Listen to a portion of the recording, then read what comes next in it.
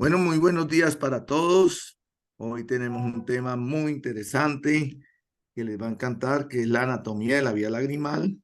Y la doctora Valeria Cortés, residente de primer año del programa de residencia de la Universidad Javeriana, nos va a asociar esta anatomía con un procedimiento frecuente que realizamos en la clínica, que es la DCR endoscópica.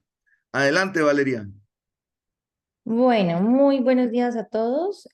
Como ya lo mencionó el doctor Quintero, vamos a hablar el día de hoy sobre la anatomía de la vía lagrimal y vamos a hacer esta asociación entonces con la DCR endoscópica. Vamos a comenzar entonces hablando de las generalidades. Vamos a dividir esta exposición en dos sistemas. El sistema lagrimal, que vamos a encontrar una división en un sistema secretor y un sistema de drenaje.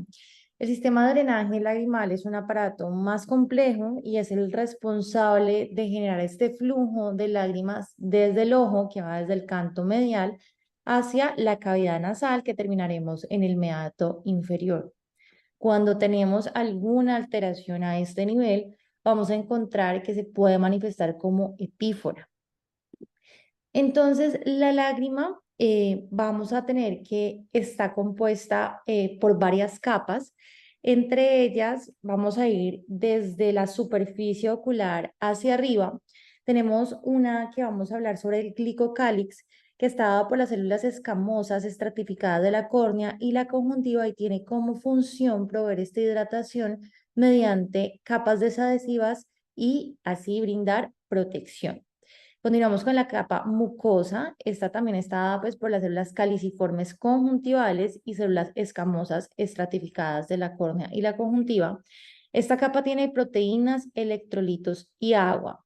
Continuando entonces con la capa acuosa, está generada por las glándulas principales y accesorias, que las vamos a ver más adelante, y esta está encargada de mantener esta osmolaridad y funciona como un sistema de tapón.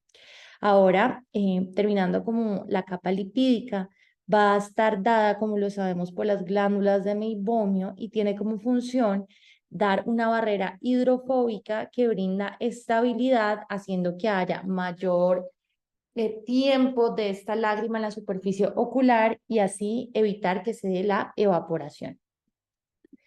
Entonces, hablando un poco de la embriología, en cuanto al desarrollo del sistema secretor, se van a generar brotes sólidos del ectodermo en órbita superolateral y esto va a formar unos conductos y alveolos. Esto se ejecuta completamente a la sexta semana de vida y es aquí cuando comienza a funcionar. Así entonces, los recién nacidos no producen lágrimas al llorar, sino que estas van a ser glándulas que son pequeñas y no funcionan completamente, sino hasta la sexta semana después del nacimiento.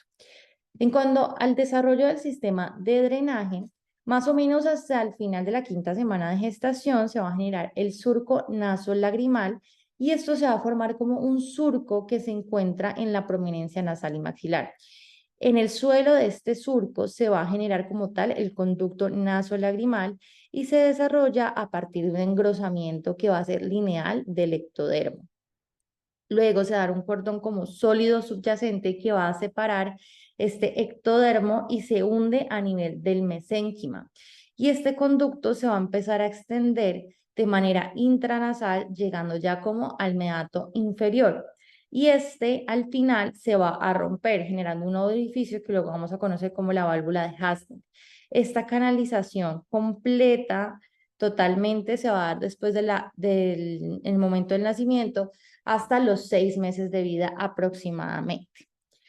Esto de manera de generalidades. Hablando ahora entonces de la anatomía, en la anatomía del sistema secretor está compuesta por la glándula lagrimal. Esta glándula es una glándula que es exocrina, que está ubicada en el cuadrante superolateral de la órbita y está ubicada en la fosa de la glándula lagrimal. Esta fosa está aproximadamente 5 milímetros del borde superior del tarso y recordemos, como lo habíamos hablado en la charla pasada, que el asta lateral de la aponeurosis del elevador va a identar esta glándula lagrimal, haciendo que se divida a su vez en una glándula con un lóbulo orbitario y un lóbulo palpebral. Esta glándula va a contar con 8 a 12 conductos lagrimales aproximadamente que van a desembocar en el fondo de saco superior y estos conductos van a pasar por la porción palpebral de la glándula. Esta glándula, en cuanto a sus relaciones anatómicas, la fosa de la glándula lagrimal va a medir aproximadamente 20 por 12 por 5 milímetros y en sus límites superior se encuentra esta misma fosa de la glándula lagrimal en el hueso frontal. A nivel inferomedial encontramos el elevador del párpado superior. De manera inferolateral está el músculo recto lateral. Anterior a esta fosa de la glándula lagrimal vamos a encontrar el septum orbitario y posterior a la misma encontraremos la grasa orbitaria. En cuanto a su histología, básicamente está compuesta por acinos secretores que consisten en un epitelio que va a ser cuboidal alrededor de un lumen central. Estas van a tener unas células epiteliales que van a aportar unas vesículas que son eosinofílicas llamadas gránulos de zimógeno y estos gránulos van a tener lisozima, lactoferrina y IgA. Continuando entonces sí con la anatomía del sistema secretor, vamos a tener además de esta glándula lagrimal, las glándulas accesorias. Estas glándulas accesorias van a ser las glándulas de Wolfram y las glándulas de Krauss y son glándulas exocrinas ubicadas en el fondo del fornix superior y por encima del borde superior del tarso y nos van a ayudar también a toda esta secreción de lágrima. En cuanto a la irrigación, va a estar dada por la arteria lagrimal, que es rama de la arteria oftálmica.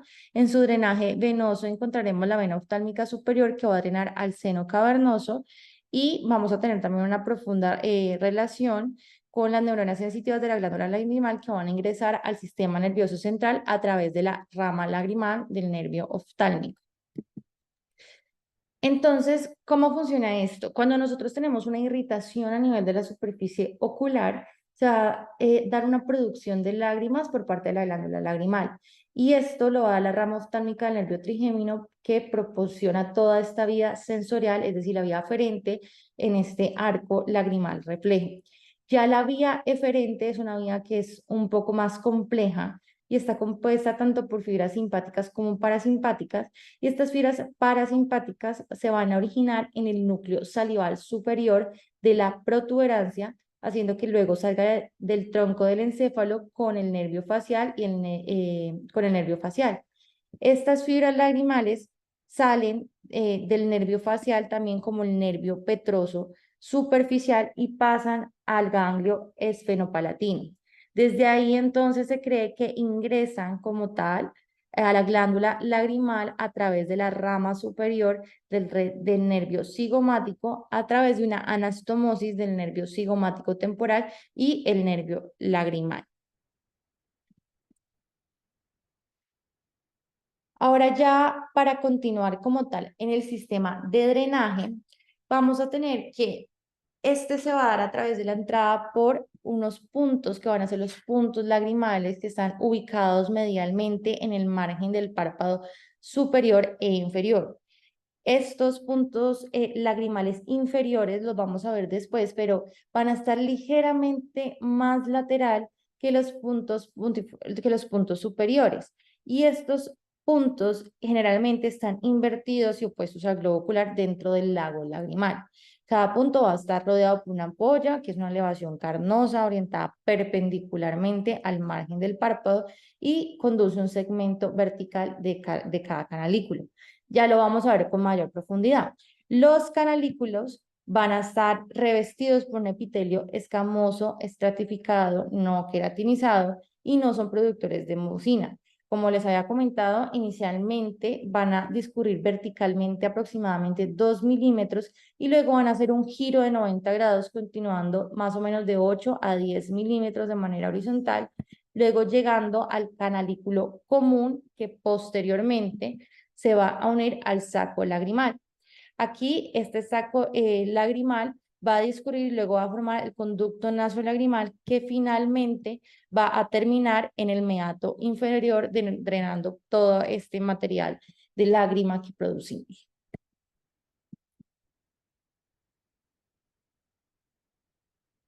Entonces, los puntos lagrimales, vamos a hacer ya, eso fue como el resumen a grandes rasgos. Vamos a hablar más específicamente de cada una de estas estructuras. Los puntos lagrimales están contenidos como tal en la papila lagrimal. Esta papila está compuesta por un anillo fibroso ubicado en la zona de transición entre el tarso y el tendón cantal medial. El punto lagrimal superior se va a unir al lago lagrimal entre la plica semilunares y la carúncula, aproximadamente a 5 milímetros del ángulo cantal medial. Y como les había mencionado antes, el punto inferior mira al lago lagrimal de manera lateral a la plica semilunares. Entonces, cuando nosotros podemos tener cualquier alteración a diferentes niveles de este sistema de drenaje que nos pueden producir síntomas. Entre ellos podemos tener un ectropión, estenosis puntal, también tenemos que puede estar obstruido por cualquier causa, por ejemplo, en esta ocasión pues mostramos una fotografía de una pestaña y pues también podemos tener una inflamación y un punto lagrimal que va a estar prominente, ya como tal una canaliculitis. Podemos tener también una agenesia tanto del punto lagrimal superior, estos puntos no se van a desarrollar, o podemos también tener puntos supernumerarios o lesiones a estos niveles que nos pueden producir pues problemas y obstrucción de este sistema de drenaje. Ahora, la carúncula lagrimal va a estar situada en el área del canto medial nasal al punto lagrimal. Y esta va a estar formada y es un componente como tal de la fascia cápsulo-palpebral, que como lo hablábamos en la semana pasada, vamos a tener que son parte de los retractores del párpado inferior y el recto medial. Esta carúncula va a tener glándulas sebáceas y también está formada por fibras musculares lisas simpáticas en el área del lago lagrimal. Y estas fibras musculares generan también una contracción de esta carúncula a nivel posterior, medial e inferior, y esto hace que haya una succión mucho más eficaz de la lágrima en el punto lagrimal. Ahora, los canalículos lagrimales, como ya les había dicho, son unas estructuras que están compuestas por epitelio escamoso estratificado no queratinizado, no son productores de mucina, e inicialmente vamos a ver que se extienden 2 milímetros de manera vertical para después hacer y doblarse en un ángulo de 90 grados, continuar medialmente y luego unirse al canalículo común, luego hacer una unión al saco lagrimal a través de la válvula de Rosenmüller, que ya la vamos a hablar, y vamos a tener que más o menos en algunos individuos puede haber una configuración única en la que los dos canalículos independientes no van a pasar por este canalículo común, sino que llegan inmediatamente al saco lagrimal.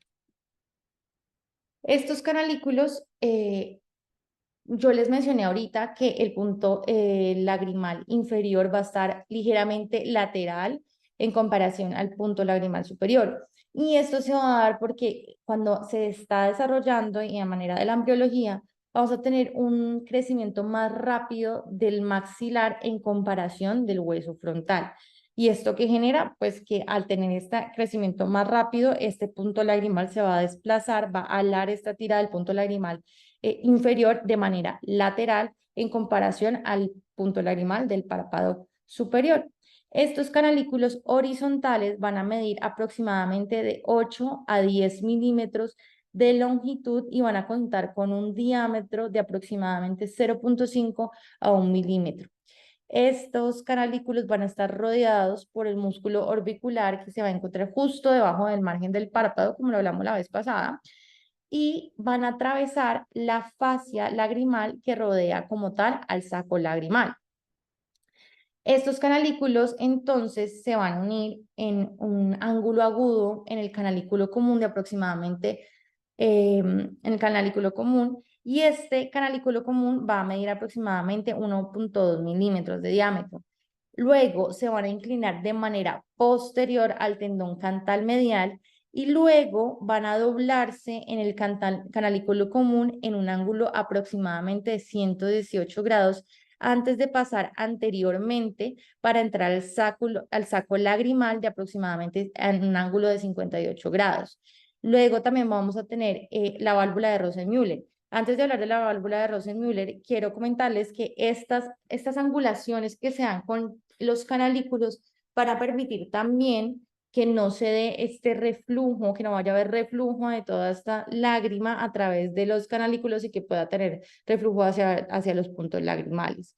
La válvula de Rosenmüller, entonces, también va a prevenir el reflujo de estas lágrimas del saco a los canalículos y está ubicada básicamente entre el conducto común y el propio saco y va a funcionar como una válvula de una sola vía. Como les mencioné, nosotros podemos tener cualquier alteración a diferentes niveles de este sistema y aparato de drenaje lagrimal. Entonces podemos encontrar también lo que es la hipoplasia de la pared canalicular, como lo vemos en la primera fotografía. Vamos a ver que tenemos una pared completamente delgada y en la imagen de comparación vemos cómo sería unos canalículos normales donde contamos pues con un margen de pared anterior normal.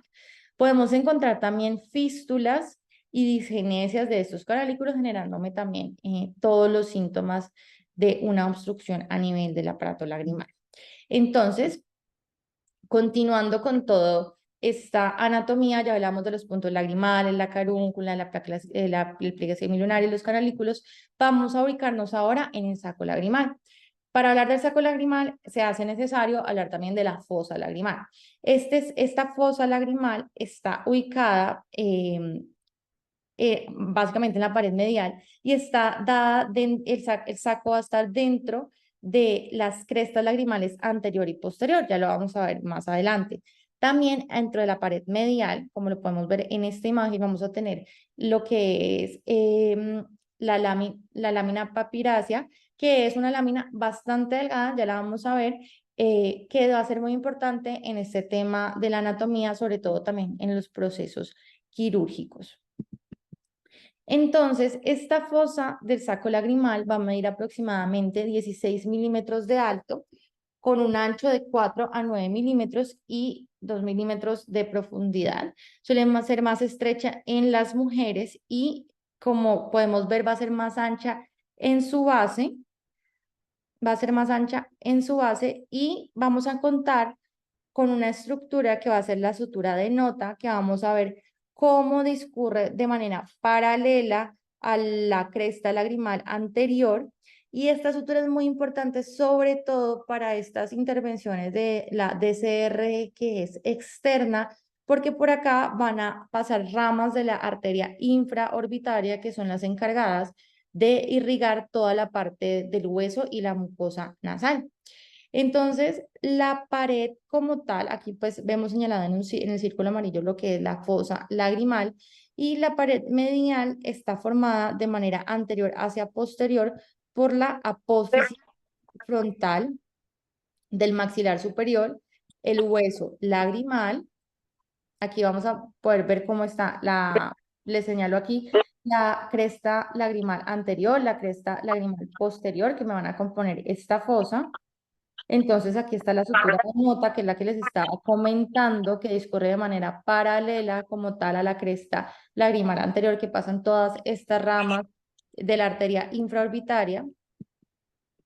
Y de anterior a posterior tenemos lo que es el proceso frontal del hueso maxilar, como lo vemos por acá, seguido del hueso lagrimal, que es lo que nos compone con su cresta anterior y cresta lagrimal posterior, el hueso etmoides y el ala menor del hueso esfenoides. La porción más delgada de esta pared medial va a ser la lágrima papirácea, que es la que ya les comenté, y esta es muy delgada y va a cubrir numerosas ampollas de neumatización del seno etmoidal. Entonces, la cresta lagrimal anterior va a ser un punto de referencia bastante importante, sobre todo en la dacriosistorrinostomía externa, ya que como lo hemos hablado ya en numerosas ocasiones, la rama anterior del tendón cantal medial se va a insertar superiormente a esta cresta lagrimal anterior. Y vamos a tener también una sutura que es una sutura maxilolagrimal que va a hacer la unión en este hueso lagrimal y en el hueso maxilar. Y esta sutura es bastante importante. ¿Por qué? Porque la sutura, si vemos que se corre más hacia posterior, nos quiere decir que tenemos un predominio en esta fosa lagrimal de un hueso maxilar. ¿Y esto qué quiere decir? Es un hueso que es mucho más duro, va a ser una osteotomía más difícil en comparación de un hueso lagrimal, que es un hueso mucho más delgado. Continuando entonces con el saco lagrimal, se refiere a la porción superior como tal del conducto nasolagrimal y se encuentra pues en su fosa lagrimal. En como tal, este conducto va a medir aproximadamente de 10 a 12 milímetros, pero lo que les quiero comentar es que en el tendón cantal medial vamos a tener como una división y este va a protruir aproximadamente 4 milímetros por encima. Va a tener un diámetro anteroposterior de 4 a 8 milímetros y el canal en nasolagrimal se va a originar como tal en esta base del saco lagrimal y está formado, pues como ya les comenté, por el hueso maxilar lateralmente y la pared nasal lateral y los cornetes inferiores y medialmente. El ancho de la abertura superior del conducto va a medir aproximadamente de 4 a 6 milímetros y se va a ir estrechando poco a poco a medida que va discurriendo posterolateralmente estos 12 milímetros hasta lograr salir, donde vamos a tener la válvula de Hasner, que como les mencionaba a nivel de la embriología, va a ser esta apertura que se va a dar también al meato inferior y va a evitar pues todo ese reflujo y va a contribuir a todo este drenaje. Entonces, aquí lo que les quería mostrar es que este saco lagrimal no va a ser pues completamente recto sino que va a seguir unos ángulos de inclinación en donde la inclinación lateral en un plano frontal va a variar de 0 a 15 grados y prácticamente va a seguir una línea trazada entre el saco lagrimal y el ala nasal. El eje longitudinal del conducto como tal y del canal va a formar también un ángulo de 15 a 25 grados por detrás del plano frontal en una línea que conecta la comisura medial con el primer molar. Y esto es muy importante en la cirugía porque así vamos a describir, pues vamos a intervenir el saco lagrimal. Bueno, esta fotografía es para mostrarles lo que ya hemos estado hablando del saco lagrimal que va a estar embebido como tal en el tendón cantal medial por sus caras anterior y posterior. Y esto es importante porque este va a ayudar a tener todo este sistema de bombeo en el aparato lagrimal. Así entonces, cuando tenemos alguna alteración a este nivel, por ejemplo, que tengamos una hiperflacidez de estos tejidos, pues nos van a afectar en todo este drenaje y podemos tener epífora o síntomas de obstrucción. En cuanto a la irrigación, vamos a hablar básicamente que tenemos una estructura importante que es la arteria angular que se encuentra más o menos de 7 a 8 milímetros medial al ángulo cantal medial y se va a anastomosar con todo el sistema vascular de la cara y la órbita y si estos vasos se cortan en la cirugía pues puede producir un sangrado bastante molesto. Entonces, ¿cómo funciona la fisiología como tal del bombeo de la lágrima? Tenemos entonces que en un estado relajado, los puntos lagrimales se van a encontrar directamente con el lago lagrimal. Cuando tenemos ya el cierre de los párpados, el músculo orbicular se va a contraer y el orbicular pretarsal va a apretar y cerrar los puntos lagrimales y canalículos, haciendo que este orbicular preceptal se inserta, pues como tal, en el saco lagrimal, haciendo que se abra y genere una presión negativa que va a hacer que atraiga las lágrimas como tal al saco. Luego, con la apertura de los párpados, este músculo orbicular se va a relajar y el punto lagrimal se abre, haciendo que toda esta lágrima, al colapsarse el saco lagrimal, se impulse a través del conducto y podamos drenarlo. Entonces, ya teniendo clara como esta anatomía, la correlación clínico-quirúrgica como tal, va a tener mucho más sentido cuando tengamos todas estas patologías. Entonces, Pues primero, muy importante, la posición del punto lagrimal. Yo sé que son muchas medidas y son puntos muy específicos, pero cuando tenemos pequeñas, incluso pequeñas alteraciones a este nivel, vamos a ver que estos puntos no se van a encontrar de manera adecuada con el lago lagrimal y no se va a generar este drenaje que esperamos. Recordar que entonces que la fosa y el conducto nasolagrimal son más estrechos en mujeres que en hombres y podemos encontrar mayor frecuencia de estenosis en el sexo femenino. Otra cosa de la anatomía que es importante es que, como lo hemos visto en la charla del día de hoy, lo vimos en la charla pasada, tenemos la inserción del tabique orbitario que se va a dar a lo largo de la cresta lagrimal posterior. ¿Y esto qué va a hacer? Pues evitar que, por ejemplo, tengamos una infección a este nivel. Esto evita que esta infección se pueda propagar y extender y que cause una celulitis orbitaria, por ejemplo. Por otra parte, tenemos también que el saco lagrimal membranoso y el conducto nasolagrimal se pueden separar fácilmente del hueso. Entonces, cuando tengamos un sondeo, si tenemos, por ejemplo, una resistencia muy grande, puede ser indicativo de que hicimos un paso en falso y pues tenemos que como retomar los pasos de la intervención para poder hacerlo de manera efectiva. Recordar entonces que la sonda en los adultos puede tener aproximadamente 35 milímetros y en niños de 25 milímetros y que el orificio del conducto nasolagrimal se va a ubicar de 25 a 30 milímetros por detrás del margen lateral de las fosas nasales anteriores. También, sobre todo en estas intervenciones endonasales que podemos realizar, la osteotomía grande va a hacer que haya mayor posibilidad de un éxito de una dactiocistorrinostomía, ya que hasta un tercio del saco lagrimal puede encontrarse por encima del tendón cantal medial, como ya lo habíamos visto, y al crear una osteotomía adecuada para la posición como tal de todo este saco lagrimal y mucosa nasal, eh, puede generar mayor tasa de éxito de la cirugía. El hueso que vamos a extraer, ya lo vamos a ver también en la intervención de la DCR endoscópica, se puede extraer hasta observar un engrosamiento como tal del hueso frontal, pero no debe extenderse por encima de la sutura frontoetmoidal. Vamos a hablar entonces de la anatomía como tal de la cavidad nasal. Vamos a hablar lo que es específico e importante para la DCR como tal endoscópica que vamos a intervenir. Entonces, la cavidad nasal, como lo podemos ver aquí, está dividida en dos partes por el tabique nasal y este tabique nasal va a contar de tres partes. Lo que es una parte membranosa que está formada por un tejido fibroadiposo, una parte cartilaginosa formada por un cartílago cuadrilátero y la parte ósea. Entonces, en esta fotografía lo podemos ver de manera más específica, donde tenemos la parte ósea que está formada por el bómer y la placa perpendicular del etmoides y el hueso palatino. Esta placa perpendicular del etmoides, como lo podemos observar aquí, se va a continuar con la placa cribiforme en dirección superior y se va a encontrar con el rostro del esfenoides en posición posterior y superior. Aquí podemos ver el cartílago cuadrangular que nos va a hacer parte de toda esta división.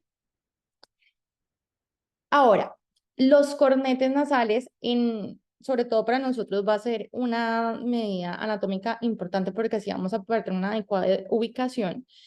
Estos van a estar en tres pares, estar superior, medio e inferior, y también en algunas personas podemos tener un cornete supremo. Los cornetes son estructuras anatómicas importantes, sobre todo en esta cavidad nasal, y vamos a encontrar unas divisiones. El cornete inferior es el más largo, el más grande, y va a estar separado de los cornetes medial y superior. El cornete inferior va a ser parte de lo que es el maxilar, mientras que los cornetes medio y superior van a ser parte del hueso etmoides.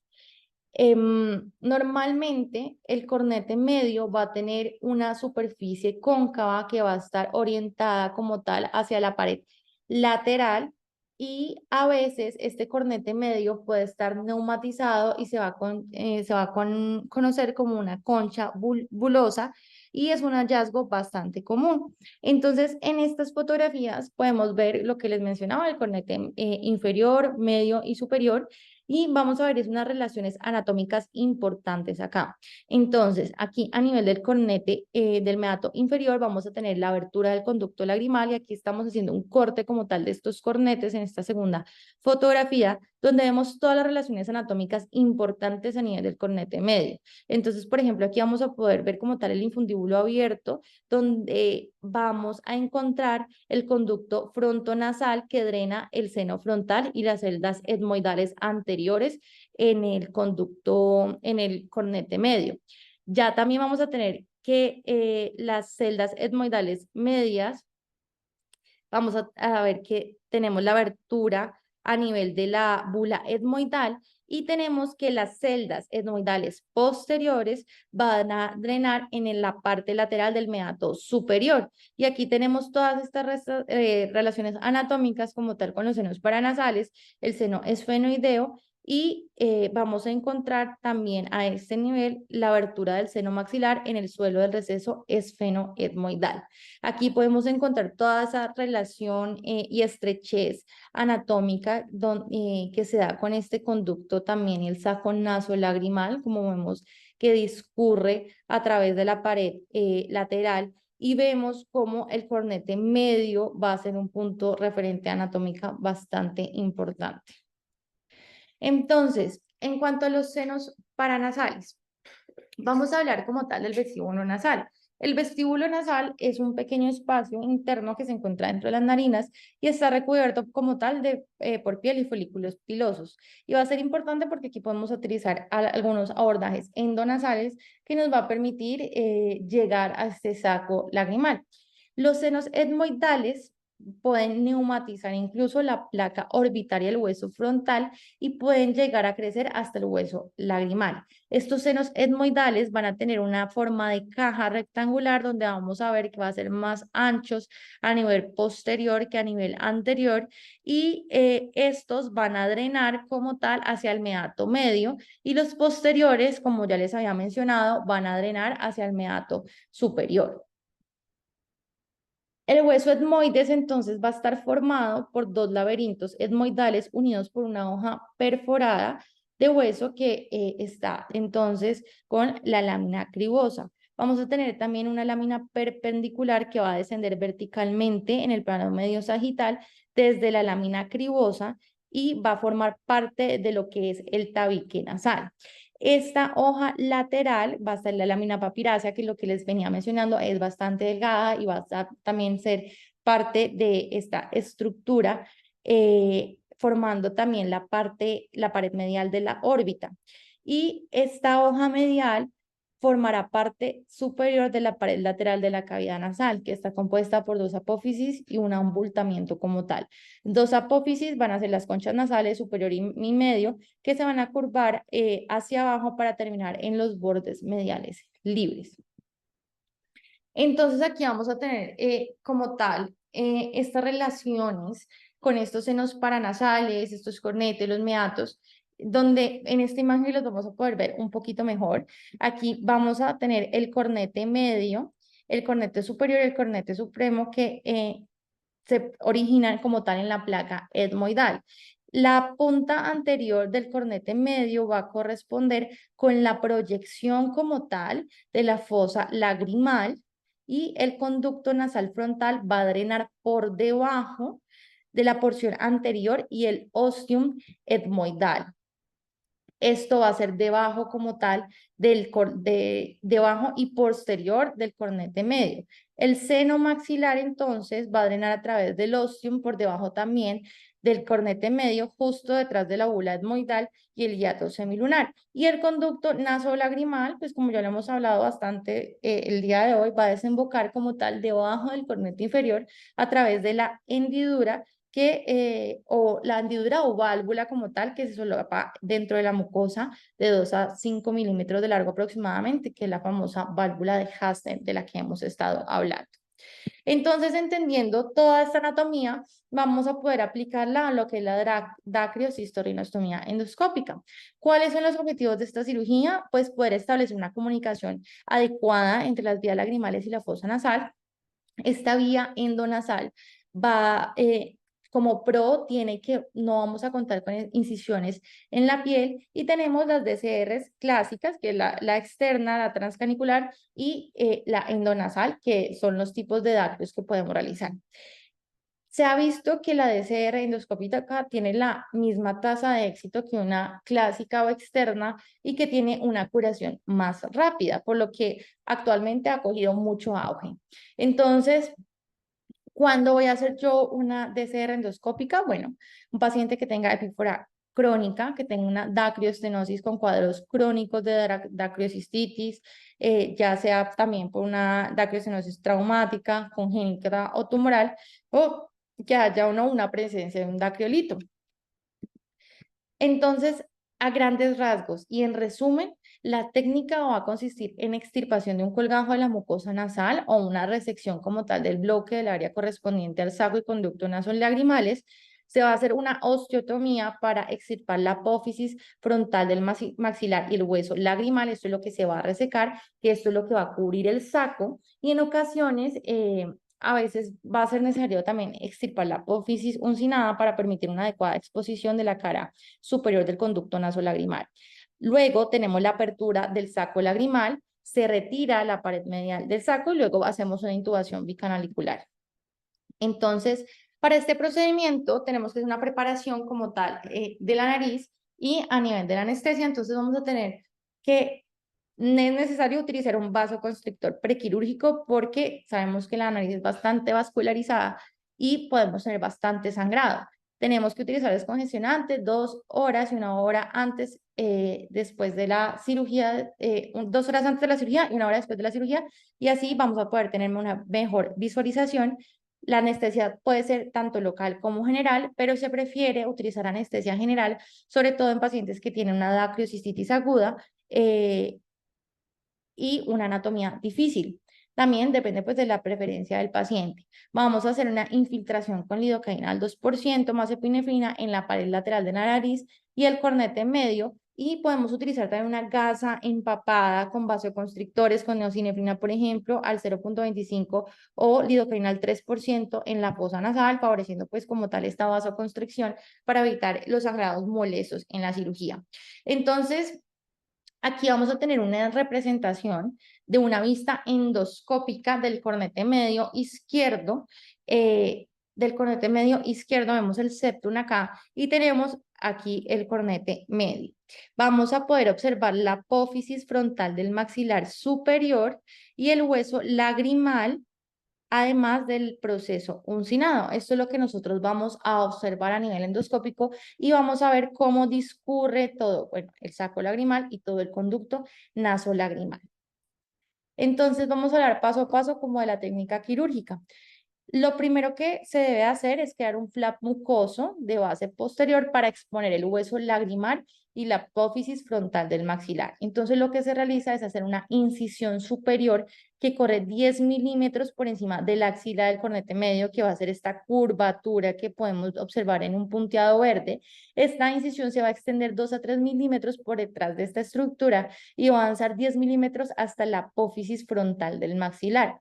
Luego vamos a girar la hoja verticalmente y se va a hacer un corte en la apófisis frontal del maxilar desde la incisión superior hasta justo encima de la incisión del cornete inferior. Luego, después de realizar eso, vamos a hacer un giro horizontal y se realiza una incisión en la mucosa inferior desde la inserción, del proceso uncinado para unirse luego a la inserción vertical. Entonces vemos, puede tener como esta forma de C invertida que discurre lateral a todo lo que es este cornete medio. Aquí vamos a poder ver otra representación de lo que se intenta hacer con este flap mucoso para poder exponer estos huesos y así poder luego abordar el saco lagrimal. En el paso número 2 vamos a tener el levante como tal de coleajo o flap mucoso y la idea es que al realizar esto podamos permanecer completamente y directamente sobre el hueso para poder evitar el plano quirúrgico en esa transición del hueso duro de la apófisis frontal del maxilar y ese hueso lagrimal blando. Entonces aquí vamos a poder observar cómo se levanta este flap y se hace toda esa exposición de ambos huesos para luego poder retirar el hueso lagrimal con un desperiostizador que recubre esta parte o porción anterior inferior del saco lagrimal. Una vez tengamos eso, vamos a eliminar luego el hueso duro de la apófisis, que es pues como tal la apófisis frontal del hueso maxilar. Y esta apófisis frontal del hueso maxilar va a recubrir también toda esta parte de la cara anteroinferior del saco lagrimal, como lo podemos ver acá, que ya tenemos un saco lagrimal como tal expuesto. Y cuando ya no podemos sujetar más esta apófisis frontal, se puede cambiar el instrumento, una fresa de dacrioshistorhinostomía. Luego se expone el saco, eliminando pues más hueso y vamos a poder observar este saco lagrimal como un bulto prominente en la cavidad nasal. Hablaban de exponer las celdillas de Eyer-Nazi, que básicamente son las celdillas etmoidales anteriores. Y esto hablaban de esta exposición para que se permita que la mucosa del saco lagrimal se apoye contra la mucosa de estas celdillas y así permite una curación por primera intención. Luego, ya habiendo hecho el flap, habiendo retirado el hueso para exponer el saco lagrimal, pues vamos a marsupializar el saco lagrimal. Y entonces vamos a hacer una incisión a nivel medial con la exéresis del saco lagrimal y vamos a poder ver que aquí que sale material mucoso, entre otros. Luego de haber hecho esta marsupialización, vamos a contar con el paso de los tubos de Crawford que se van a introducir en la cavidad nasal a través de los puntos lagrimales, luego se aseguran para evitar para evitar que se cierre o se vuelva a obstruir como tal todo este aparato de la vía lagrimal. Podemos utilizar medicamentos como lo es la mitomicina, por ejemplo, para evitar también esta proliferación y cicatrización que nos puede llegar a obstruir. Entonces, básicamente, eso es como se genera, cómo se rehace la dacroshistorhinostomía endoscópica. Y aquí, bueno, aquí podemos ver cómo es bastante controvertido, pero lo que dicen es, después de realizar toda la colocación de los tubos, se tiene que reposicionar este flap. Hay unos autores que dicen que se reposiciona, que se afrontan los bordes, otros que lo dejan sobre ellos, pero básicamente se vuelve a afrontar y ya tenemos como tal la cirugía completa. Aquí les tengo como un videito que resume todo lo que les acabo de decir a nivel como espacial, es cortesía del doctor Antonio Quintero. Aquí voy a terminar la presentación para poderles mostrar el video porque no me quiso eh, cargar, pero ya les muestro eh, lo que es como tal el videito en YouTube.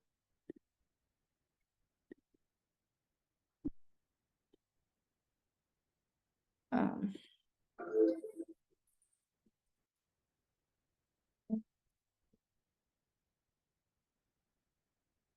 vamos a ver cómo se dilatan primero pues los puntos lagrimales. No se ve. Ay, doc, ya lo...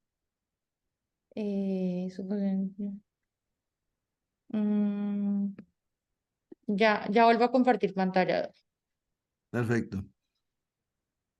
¿Alguna pregunta mientras tanto, mientras va cargando el video? Federico, Jaime, Paul, Jesús, ¿alguna pregunta o Natalia? Oriana, ¿alguna pregunta? ¿Todos vieron DCR endoscópica cuando rotaron o alguno no la vio? Sí, doctor, yo sí vi con usted. Ah, bueno. Doctor, Entonces, doctor, buenos días, yo también la vi. De hecho, vi como dos o tres, creo, si no estoy mal. ah, bueno, chévere. A mí me tocó DCR endoscópica y también abierta. Ah, bueno. Hoy tenemos una. Por si alguno no la ha visto, se va a ir chismo, o sea, de una a dos. Sí. Doc, ahí de Ok. pronto pueden ver mi pantalla. No, No, no se No ve, vale. Ay, qué raro. no está compartiendo. Pero mientras la vas cargando, yo le voy hablando acá. Perfecto. Bueno, muy completa la charla, muy clara. Mostraste excelente cómo es la anatomía endoscópica de la nariz, por donde hacemos la DCR endoscópica transnasal. Esto nos cambió mucho el panorama quirúrgico de la vía lagrimal. Y ustedes que rotaron por allá, pues se dan cuenta de que siempre, ahora sí, que siempre que hay un lagrimeo termina donde el oculoplástico para ver qué hace con el lagrimeo. Pero lo más importante antes de entrar a hacer esta cirugía es tener el diagnóstico claro de que hay un proceso obstructivo para nosotros ofrecer esta cirugía. ¿No te carga? Sí, Doc, aquí ya Allá, dale. lo ven correr. Sí, ya se ve. Listo. Bueno, entonces aquí lo que pues, está realizando el doctor es la dilatación como tal de los puntos lagrimales. Y aquí van a ver algo que no les he mencionado, que también es muy importante, que es la colocación del endoluz. Esto nos va a permitir como ubicarnos espacialmente cuando entramos con el endoscopio. Ahí vemos el cornete medio y ya vamos a ver cómo este haz de luz lo vamos a poder observar y ubicarnos mejor. Aquí se hace la infiltración anestésica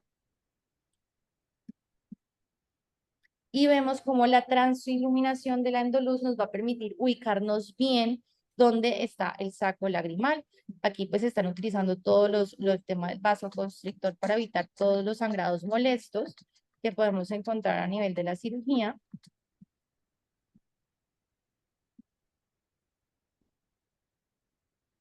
Se hace el desplazamiento como tal del cornete medio.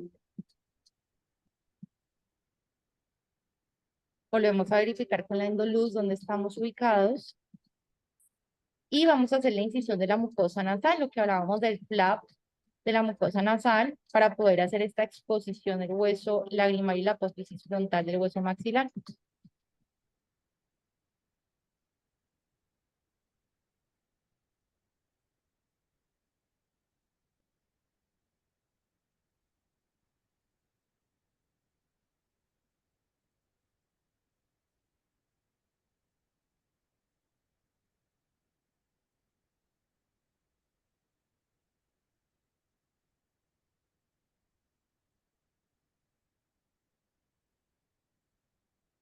Esa es la fractura.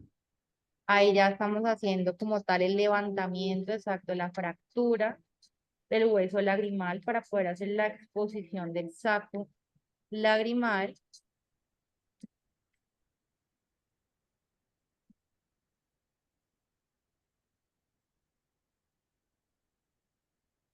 Ahí retiramos como todo, pues la mucosa nasal y también, si lo requiere el hueso, para completar la exposición se hace la osteotomía de la que hablábamos.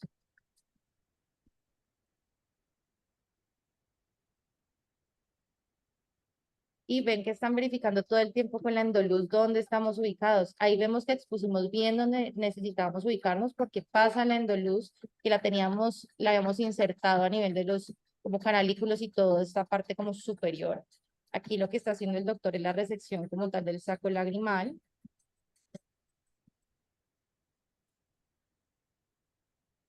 Esta exposición del mismo y se termina con la intubación de la vía lagrimal.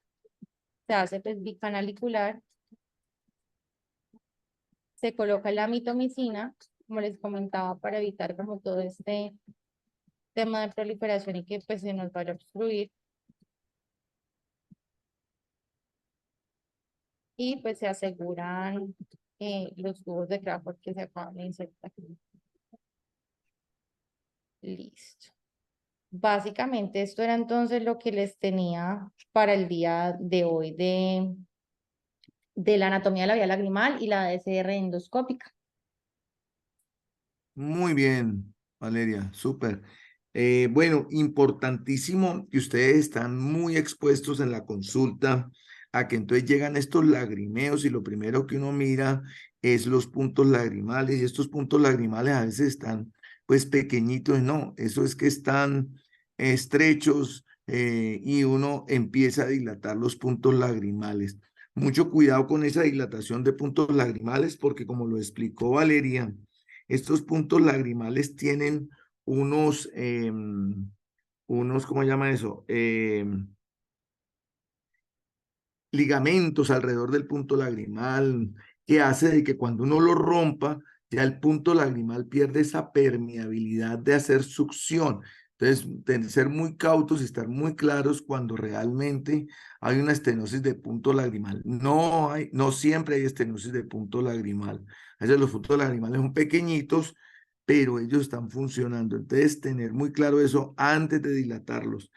Otra cosa importante, ya cuando están dilatando y los van a sondear, lo explicó muy bien Valeria, ustedes lo han visto en sala de cirugía, y ustedes tienen que colocarse muy bien con el paciente, traccionar el canalículo, ir hasta el fondo y después verticalizarse a 90 grados para poco a poco llegar hasta el sitio donde pase la sonda.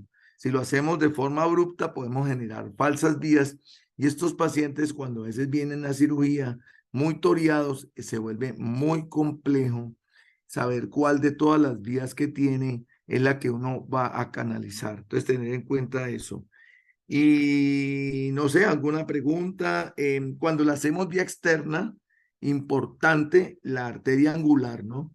Cuando hacemos este procedimiento por vía externa, uno de los problemas que tenemos es el sangrado, una cirugía que sangra mucho. Hay que aprenderla a hacer con sangrado, no es que eso sea exangüe. Es una cirugía también por vía directa muy bonita, pero es mucho más cruenta, sangra más, requiere de un ayudante, no podemos entrar con la instrumentadora, siempre debe de estar uno de ustedes para ayudar la vía externa porque es compleja, se ve poco, pero pues bueno que conozcamos y realicemos los dos procedimientos, tanto el externo como el endoscópico. Y no sé, ¿alguna otra observación, pregunta? Doctor, una cosita. Es que yo he visto en algunas ocasiones en algunas partes que tratan de ampliar o dilatar estos conductos tratando de canalizarlo, pues simple y llanamente como con una sondita o como con una guía, y al final pues tratan como de instilar pues como un líquido para obtenerlo en la cavidad nasal. Pero he visto que muchas veces esto falla. Si a uno le pasa esto, considera que falló completamente ese intento que usted hizo de recanalizar toda la vía, lo debe enviar con ustedes o qué hace pues como en ese caso específico. Muy buena pregunta, Federico. Bueno, cuando tenemos este sondaje, esta irrigación, porque no es un sondaje, es una irrigación que hacemos en consultorio, es un procedimiento en el cual dilatamos el punto lagrimal con mucha suavidad para no romper pues, esas zonas del círculo del punto lagrimal que les decía, y pasamos la sonda de Bowman para que el calibre de la aguja que vamos a poner no vayamos a hacer falsa vía. Y uno infiltra la solución salina con el paciente en la lámpara de hendidura suavemente y le pregunta si está sintiendo que pasa algo. Muchos casos el paciente no siente nada, hay reflujo inmediato, ya te está dando el diagnóstico de que hay una obstrucción de la vía lagrimal.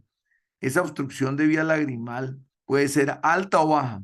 Si tenemos una obstrucción baja, es porque la metes por el punto lagrimal inferior y sale por el superior, porque hace un recorrido, pero se sale por arriba. Pero cuando es muy alta, es porque infiltras y no hay ningún paso y se devuelve por ahí mismo. Te estamos hablando de una obstrucción alta. Esa obstrucción alta se maneja diferente porque a veces esas obstrucciones altas ya no necesita una dacrio, sino que necesita una conjuntivodacrio-cistorrinostomía, que es colocar un tubo de Jones para recuperar la vía lagrimal superior. Si entramos a cirugía y es una obstrucción alta, probablemente vamos a tener que cambiar la técnica quirúrgica programada en este paciente y terminaremos, en vez de colocar una sonda de Silastic, colocando un tubo de Jones. Entonces, esta dilatación, esta prueba de irrigación es una gran orientación para saber dónde está la obstrucción, si es alta o es baja. En algunos casos pasa, pero la prueba es fuerte, hay que hacer mucha irrigación. Entonces estamos hablando de una estenosis de la vía lagrimal. La estenosis definimos si las operamos o no, o simplemente las intubamos. Podemos dejar una sonda de Silastic sin hacer un adacrio por unas 2-3 meses, dilatando la vía lagrimal, y a veces funciona, o a veces la misma sondaje funciona. Otra cosa para tener en cuenta, y es que si tenemos dudas, podemos pedir una gamografía de la vía lagrimal que nos ayuda a ver el estudio en reposo, porque se instilan las gotas en medicina nuclear, le van tomando foto y van viendo cómo es el paso de la lágrima. No es una prueba muy confiable, pero ayuda. La clínica es la más importante. ¿Te quedó claro, Federico?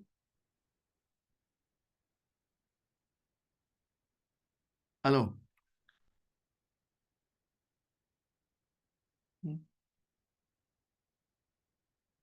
Hola.